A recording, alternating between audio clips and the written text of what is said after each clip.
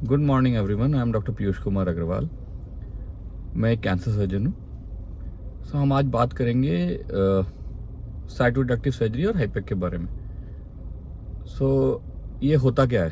साइटोरेडक्टिव surgery का मतलब होता है कि जितनी भी बीमारी है वो पूरी बीमारी निकाल दी जाए। जैसे कि यूजुअली करते किन केसेस में करते हैं कि अगर बीमारी जैसे ओवेरियन कैंसर है, कोलोन कैंसर है, अगर सिर्फ पेट के अंदर बीमारी है, यानी जिसे हम कहते हैं मेडिकल टर्म्स में पेरिटोनियल ओनली डिजीज, अगर सिर्फ पेट के अंदर बीमारी है और हमने पहले कीमो दी, कीमो से सेंसिटिव बीमारी है, उस कंडीशन में हम इसका क्यूरेटिव इंटेंट से ट्रीटमेंट करते हैं, यानी कि हम कोशिश करते हैं कि मरीज ठीक हो जाए।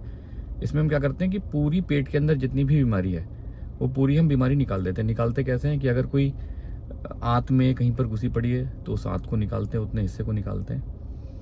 पेट के अंदर की लाइनिंग होती है जिसे हम कहते हैं पेरिटोनियम, उस पूरी लाइनिंग को हटा देते हैं। लीवर की सरफेस पे अगर है तो उसे हटा देते हैं। अगर आंत की जो लाइनिंग होती है उसे मेजेंट्री कहते हैं, जहाँ पे से उसकी खून की सप्लाई आती है, अगर उसके ऊपर है तो उसे हम मेजेंट्रिक स्ट्रिपिंग कहते हैं। तो हम मेजेंट्री की जो सरफेस होती है उसे हटा देते हैं। अब आपने ये तो कर दिया, पर बीमारी इतनी ज़्यादा है तो उसे वापस आने से बचाने के लिए हमें कुछ तो करना पड़ेगा।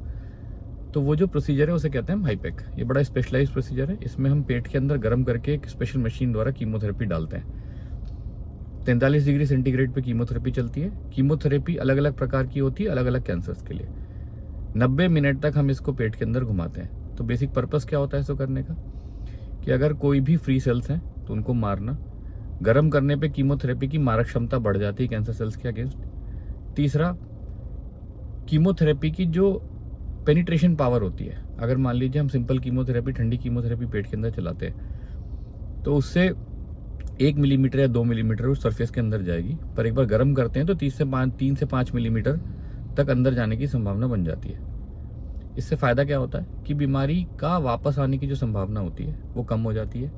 कई पेशेंट से वापस नहीं आती है। कैंसर ऑफ ओवरी, सुडोमिक्सोमा पेरिटोनाई, कुछ कोलोनिक कैंसर, कुछ स्टमक कैंसर जिसमें बहुत थोड़ी बहुत बीमारी बाहर गई हुई है, उनमें ये ट्रीटमेंट आज की डेट में रिकमेंडेड है और मरीजों को बड़ा फ़ायदा करता है। धन्यवाद।